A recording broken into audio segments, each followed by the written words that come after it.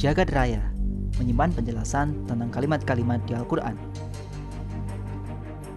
Bagi orang yang mau menjelajah, mencari, akan ada ilmu yang baru terungkap di masa depan.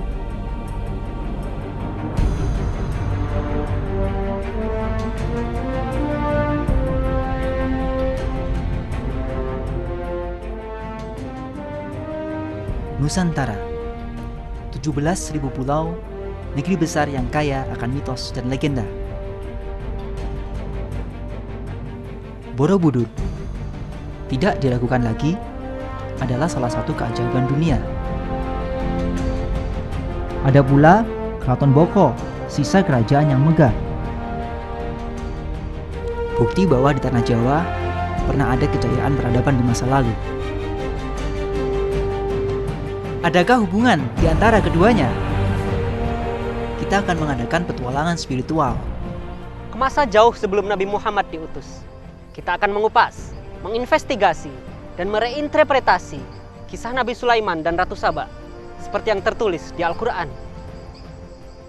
Kisah ini mungkin terjadi tidak jauh dari tempat kita berada sekarang.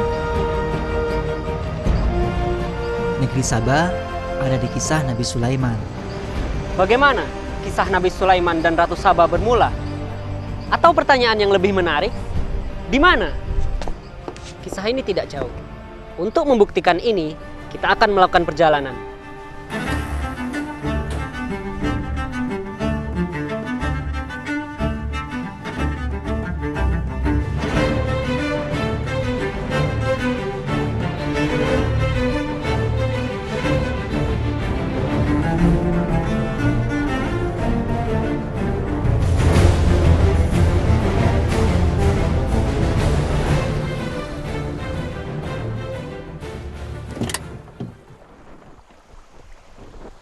Kiai Haji Fahmi Basya merunut kisah itu satu persatu dari Al-Quran. Berlokasi di Pulau Jawa, Indonesia.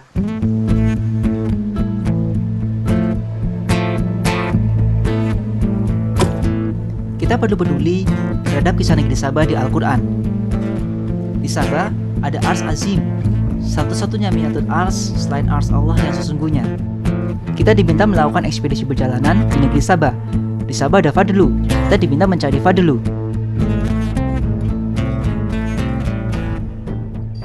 Menurut surat An-Naml ayat 18, dalam suatu perjalanan, Nabi Sulaiman sampai di atas lembah semut.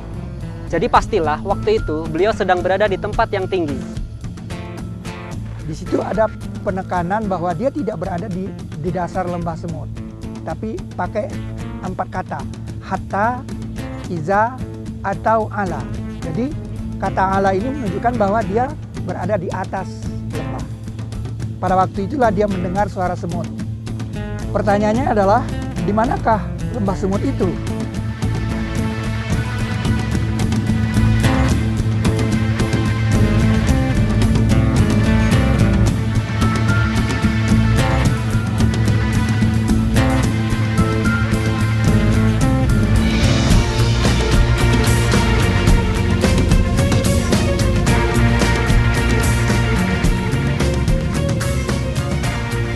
Diperkirakan, di lokasi inilah, di bukit inilah, Nabi Sulaiman mendengar percakapan semut.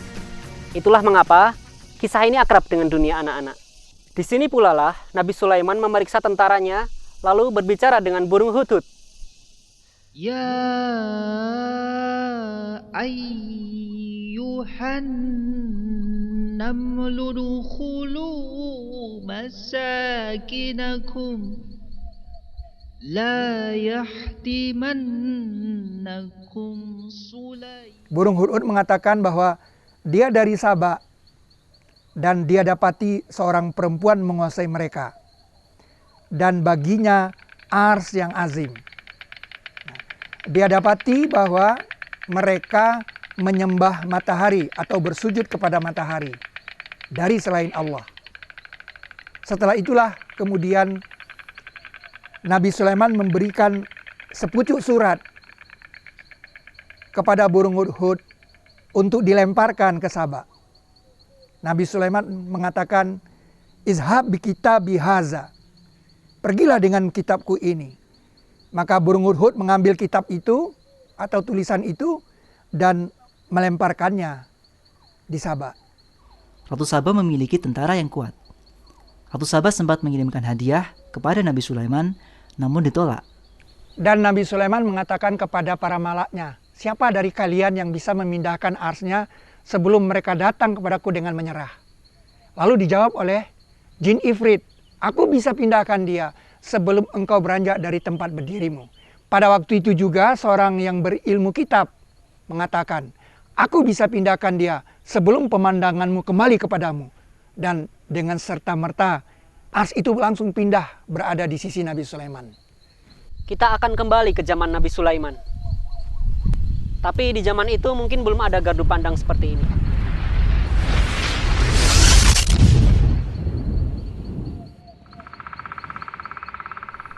Nah, seperti ini terasa lebih otentik.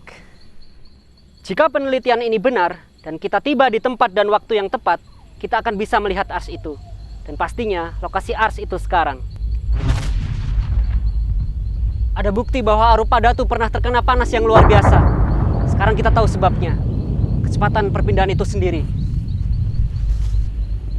Setelah ars itu pindah, Nabi Sulaiman mengatakan, ini sebagian dari fadlu Rabbiku. Fadlu di sini maknanya kelebihan. Nah, bayangkan sebuah pemindahan yang maha dahsyat merupakan contoh dari kata fadlu. Jadi fadlu itu bukan sesuatu yang biasa. Dia adalah sebuah peristiwa yang luar biasa terjadi di alam semesta.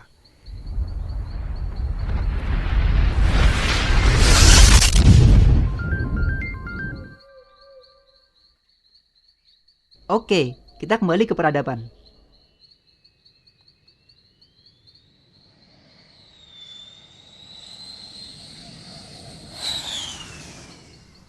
Pertanyaannya adalah, di manakah lembah semut itu?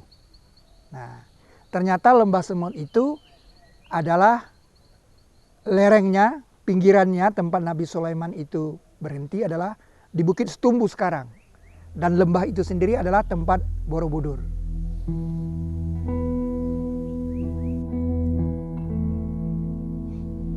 Penemuan negeri Sabah di Indonesia bermula dari tulisan Kiai Haji Fahmi Basya.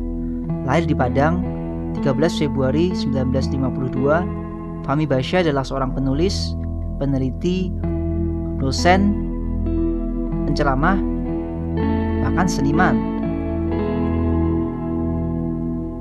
Ketertarikannya pada matematika dan Al-Quran melahirkan buku Matematika Islam 1 yang pernah dinobatkan Dignas sebagai buku terbaik dan dibagikan ke 6.000 sekolah di Indonesia. Tahun 1984, berbekal mesin ketik dan rugos, terbitlah buku pertamanya berjudul 1 Million Phenomena, sejuta fenomena Al-Quran.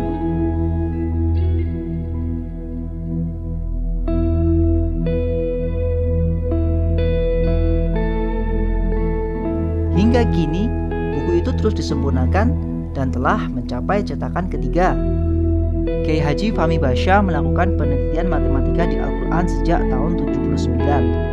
Data matematika di Al-Quran dan Sunnah Nabi dibuat model matematikanya. Fahmi Basya menemukan model piramida 286 dari Al-Quran.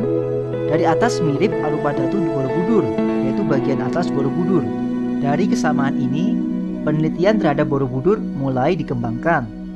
Borobudur adalah ars yang dipindah pada kisah Sabah di Al-Quran.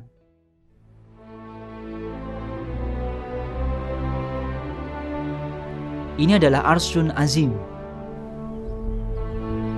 Satu-satunya pernyataan Arsy Azim di Al-Quran selain Arsy Azim kepunyaan Allah yang sesungguhnya.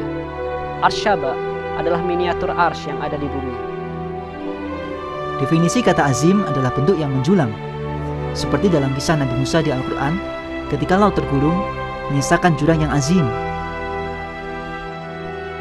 Untuk memahami bangunan ini, kita, dan termasuk para arkeolog, perlu membuka Al-Quran. Pada bangunan ini, memang ada kode atau sandi ars. Nah, dari atas, seperti dikelilingi oleh 8 malaikat. Nah, nanti tiap malaikat ini memiliki sayap 2, 3, dan 4.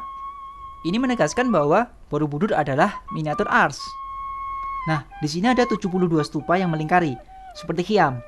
Nah, pada stupa-stupa itu ada 2 posisi stupa tanpa relung dan 1 lagi posisi stupa kosong. Nah, jadi 2 posisi stupa tanpa relung ya ini membentuk sudut. Nah, ini mirip sudut Siti Hajar mencari air di Safa dan Marwah.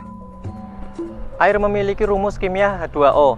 Satu molekul air terdiri dari 2 molekul hidrogen yang terikat secara kovalen pada satu atom oksigen. Menurut penelitian, ikatan molekul air berbentuk 3 dimensi, yaitu prisma atau tetrahedral dengan sudut 104,5 derajat. Jadi, sudut 104,5 derajat memang terkait struktur molekul air. Di Al-Quran ada pernyataan bahwa arsy-nya atas air. Di bangunan ini ada gambar teratai sebagai kode air. Di Arupa Datu ada model 3 lingkaran. Apakah ini kode kerajaan?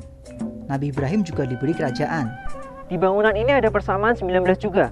Jika stupa terbuka di kanan adalah nomor urut 19 pertama, maka stupa terbuka di kiri menjadi nomor urut 19 yang terakhir. Keistimewaan angka 19 ini sama dengan matematika di Al-Quran. Fahmi Basya membahasnya lengkap di buku Matematika Islam 1, 2, dan 3. Selain itu juga dibahas langsung di Flying Book Internet dan dikupas langsung di training-training SSI DLA.